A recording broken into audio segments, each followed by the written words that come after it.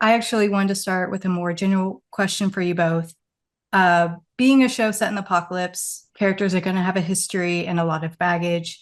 How much did Neil and Craig help y'all develop your character's background to round out their present day storylines? I mean, with the writing itself, they added a lot of detail for sure. And I think for me, they added moments between Dina and Joel. I Hmm. really enjoyed that. Yeah. How Yeah, about you, Dion?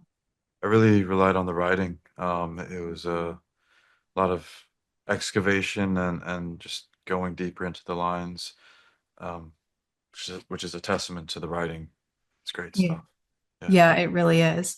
Um, Isabella, I actually want to ask because Dina in the game, she's a great character, but also a lot of people see her as just the romantic interest to Ellie, which obviously in the show, she is more than just that. What are the qualities that define Dina that people often overlook, do you think? I think she's extremely caring and extremely invested and devoted to Ellie. Devoted to Ellie before there was romantic involvement as well. I think she guided Ellie in a lot of ways, and brings a light to everyone that she's around. And Young, similar for you, a similar question for you. What are kind of the qualities of Jesse do you think that people might overlook? Sometimes he may seem like a bit of a Boy Scout or a stickler for the rules, but he's not. He doesn't want to do that. He does it because he has to. And I think Mhm. Jesse's a bit more of a maybe more of a hippie than people realize, but is forced to be a pillar of his community. I don't know how voluntary that is or if that was kind of impressed upon him by other people. Hope we get to see more of hippie Jesse in more episodes. That would be cool to see more than Boy Scout Jesse. Yeah. Um, and the trailers really insinuate that this is going to be a violent and physically demanding season. How much preparation did both of you have to go through to prepare for fight scenes, whether, it's with weapons or hand-to-hand combat? We did firearms training. Went to ranch. We went to Danny Virtue's ranch to learn how to ride horses.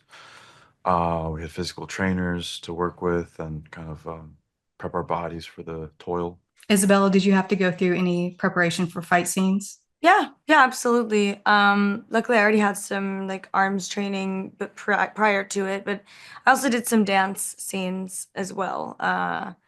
Um, Dance lessons as well. Although I kind of killed that. Like I'm a very good dancer to begin with, so I was just pretty. It's like my bread and butter. Yeah, it definitely looked easy. You make it look very easy in the first Mhm. episode. Yeah. And with the addition of your characters and Abby and her friends as well, the show has kind of shifted to a focus on the younger generation of survivors, the ones that were born and raised in the apocalypse. How do you think being born and raised in these circumstances has affected and shaped your characters? I think a perfect example is when we go on patrol, how casual it is for Ellie and I to sort of just like go out and kill clickers like it's a hobby or a pastime. I think we're very normalized to violence and desensitized to it. And Young, what about Jesse? Is he desensitized to all that like Dina and Ellie is? I think he has a little more pressure because of his obligations as a patrol leader. I think the bigger issue is the conflict with other humans. I think that's where the morality of it all becomes a little more gray. Mhm. Uh, but yeah, I think everyone in the younger generation, it's a strange thing to grow up around this notion of life and death being so, uh, for there to be such a thin line.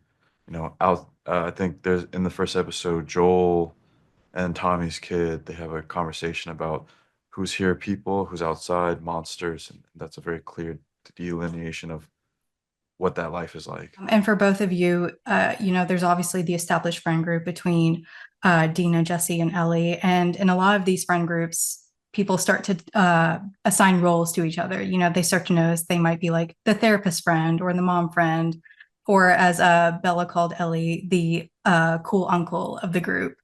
What kind of role do you think Dina and Jesse have kind of given themselves in their friend group?